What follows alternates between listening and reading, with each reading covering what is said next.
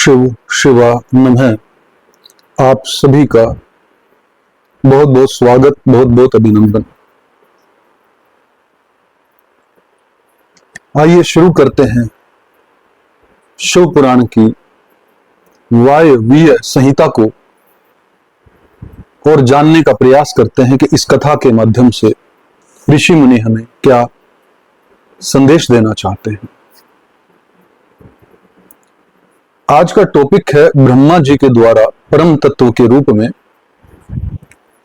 भगवान शिव की महत्ता का प्रतिपादन, उनकी कृपा को ही सब साधनों का फल बताना तथा उनकी आज्ञा से सब मुनियों का नैमिषारण में आना। ब्रह्मा जी ने कहा, मुनियों, जिन्हें न पाकर मन सहित वाणी लौट आती है, जिनके आनंद में स्वरूप का अनुभव करने वाला पुरुष कभी किसी से नहीं डरता, जिनसे संपूर्ण भूतों और इंद्रियों के साथ ब्रह्मा विष्णु रुद्र और इंद्र पूर्वक यह समस्त जगत पहले प्रकट होता है, जो कारणों के भी सृष्टा हैं और विचारक परम कारण है,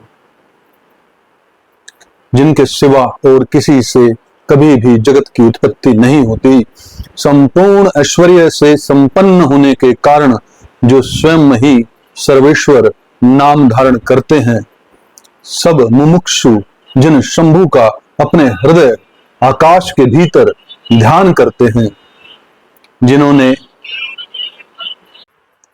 सबसे पहले मुझे ही अपने पुत्र के रूप में उत्पन्न किया और मुझे ही संपूर्ण वेदों का ज्ञान दिया, जिनके कृपा प्रसाद से मैंने यह प्रजापति का पद प्राप्त किया, जो ईश्वर अकेले ही वृक्ष की भांति निश्चल भाव से प्रकाशमान आकाश में विराजमान है, जिन परम पुरुष परमात्मा से यह संपूर्ण जगत परिपूर्ण है, जो अकेले ही बहुत से निष्क्रिय जीवों के शासक एवं उन्हें सक्रियता प्रदान करने वाले हैं, जो महेश्वर एक बीज को उनके रूपों में परिणित कर देते हैं, जो सबका शासन करने वाले ईश्वर इन जीवों सहित इन समस्त लोकों को वश में रखते हैं, सब रूपों में जो एकमात्र भगवान रुद्र ही है, दूसरा कोई नहीं, जो सदा ही मनुष्यों के हृदय में भली भांति प्रविष्ट होकर स्थित है, जो स्वयं संपूर्ण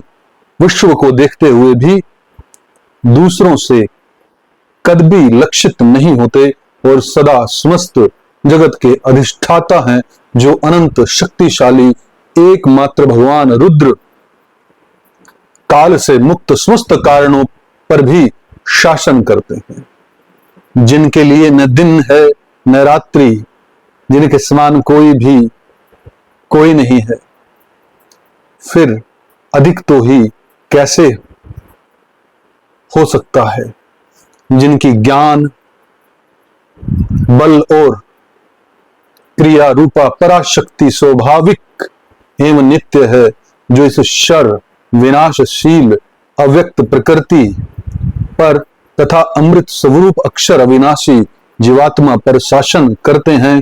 उनका निरंतर ध्यान करने से, मन को उनमें लगाया रहने से तथा उन्हीं के तत्व की भावना करते हुए उनमें तन में रहने से जीव अंत में उन्हीं को प्राप्त हो जाता है। फिर तो सारी माया अपने आप दूर हो जाती है, उनके पास न तो बिजली प्रकाश करती है और न सूर्य तथा चंद्रमा ही अपनी प्रभा फैलाते हैं, अपितु उन्हीं के प्रकाश से यह संपूर्ण जगत प्रकाशित होता है। ऐसा सनातन श्रुति का कथन है। एकमात्र महादेव महेश्वर को ही अपना आराध्य देव जानना चाहिए, उनसे श्रेष्ठ दूसरा कोई पद उपलब्ध नहीं होता। ये स्वयं ही सबके आदि हैं, किंतु इनका न आदि है न अंत। ये स्वभाव से ही निर्मल, स्वतंत्र, परिपूर्ण, स्वेच्छाधीन तथा चराचर स्वरूप है। इनका शरीर अप्राकृतिक दिव्य है। ये श्रीमान महेश्वर लक्ष्य और लक्षण से रहित हैं।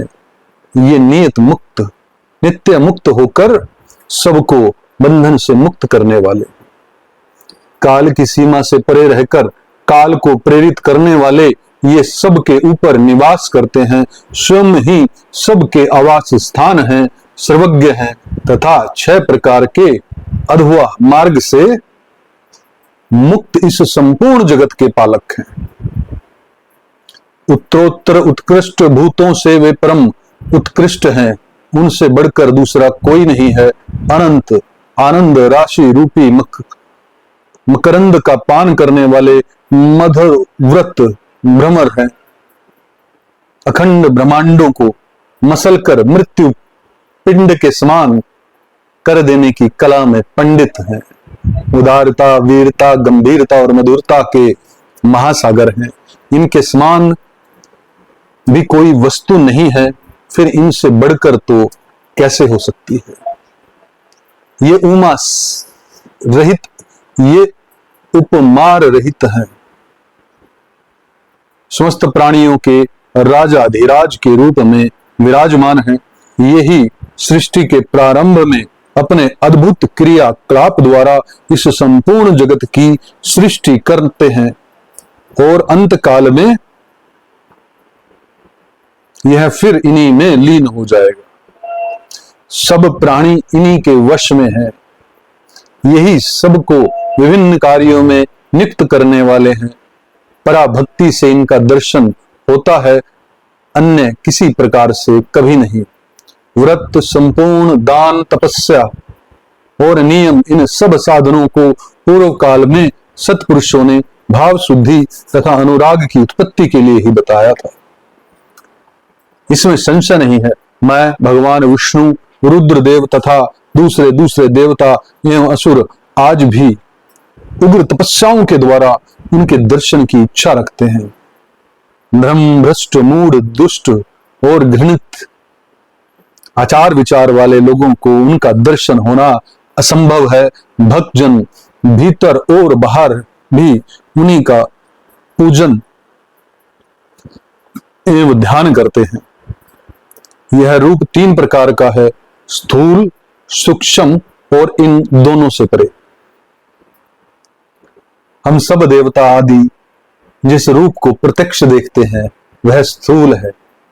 सूक्ष्म रूप का दर्शन केवल योगियों को होता है और उससे भी जो परे, जो नित्य ज्ञान स्वरूप आनंदमय तथा अविनाशी भगवत स्वरूप है, वह उसमें निष्ठा रखने वाले भजन प्रायण भक्तों की ही दृष्टि में आता है।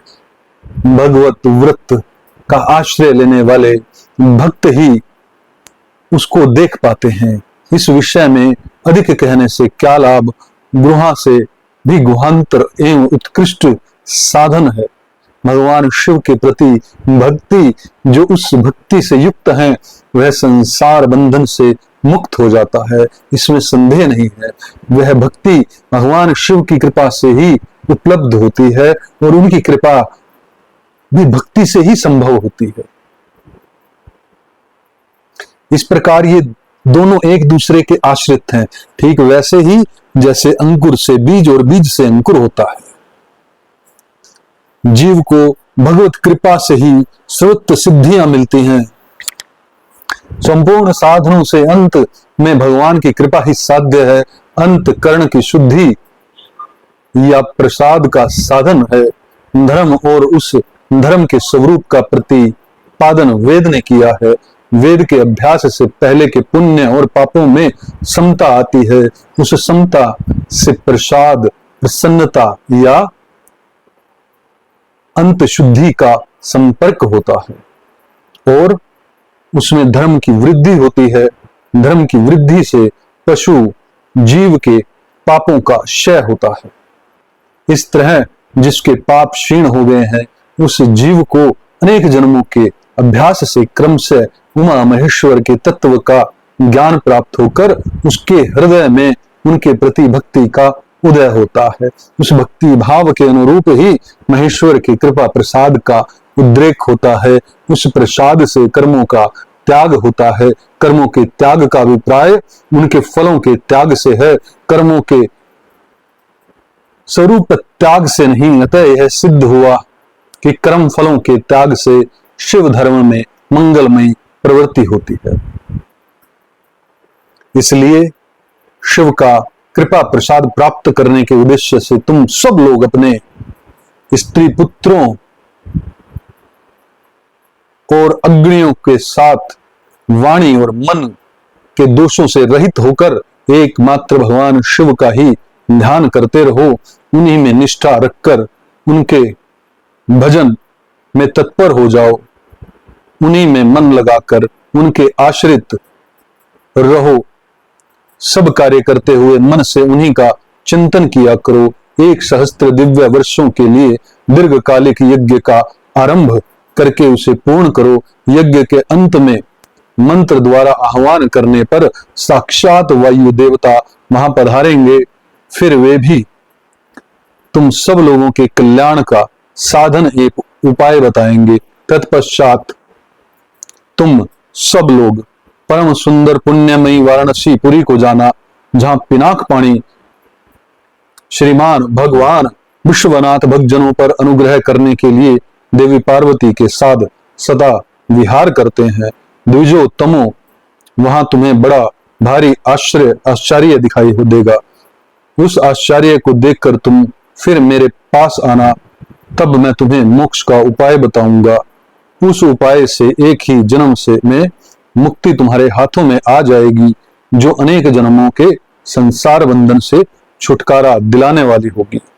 यह मैंने मनोमय चक्र का निर्माण किया है। इस चक्र को मैं यहां से छोड़ता हूं। यहां जाकर इसकी नेमी विशीर्ण हो जाए, टूट फूट जाए, वही तपस्या के लिए शुभ देश है। ऐसा कहकर पितामह ब्रह्मा ने उस सूर्य तुल्य तेजस्वी मनोमय चक्र की ओर देखा और महादेव जी को प्रणाम करके उसे छोड़ दिया। वे सब ब्राह्मण उन लोकनाथ ब्रह्मा जी को प्रणाम करके उस स्थान के लिए चल दिए जहां उस चक्र के नेमी जीर्ण शीर्ण होने वाली थी।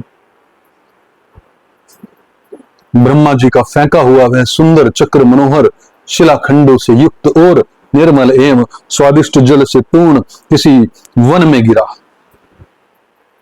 उस चक्र की नेमी के क्षीण होने से वह मुनि पूजित वन नैमिष नाम से विख्यात हुआ। अनेक यक्ष, गंधर्व और विद्याधर वहां आकर रहने लगे। पूर्व काल में जगत की सृष्टि की इच्छा रखने वाले विश्व सृष्टा एवं धार्य पत्य अग्नि के उपासक ब्रह्माज्ञ प्रजापतियों ने वहीं दिव्य यज्ञ का आरंभ किया। वहीं शब्द शास्त्र, अर्थ शास्त्र था न्याय शास्त्र के ज्ञाता विद्वान महर्षियों ने शक्ति, ज्ञान और क्रिया योग के द्वारा शास्त्रीय विधि का अनुष्ठान किया। उसी स्थान पर वेद वेता विद्वान सदा वाद और जल्प के बल से युक्त वचनों द्वारा अतिवाद करने वाले वेद बहिष्कृत नास्तिकों को प्राहत या प्रांजित करते थे। तभी से नैमिषारण्य ऋषियों की तपस्या के योग्य स्थान बन गया। स्फटिक मणि में पर्वत की शिलाओं से झरते हुए अमृत के समान मधुर एवं स्वच्छ जल के कारण वह वन बड़ा रमणीय प्रतीत होता है। वहां प्राय अत्यंत रसीले फल देने वाले वृक्ष हैं और उस वन में हिंसक जीव जंतुओं का अभाव है।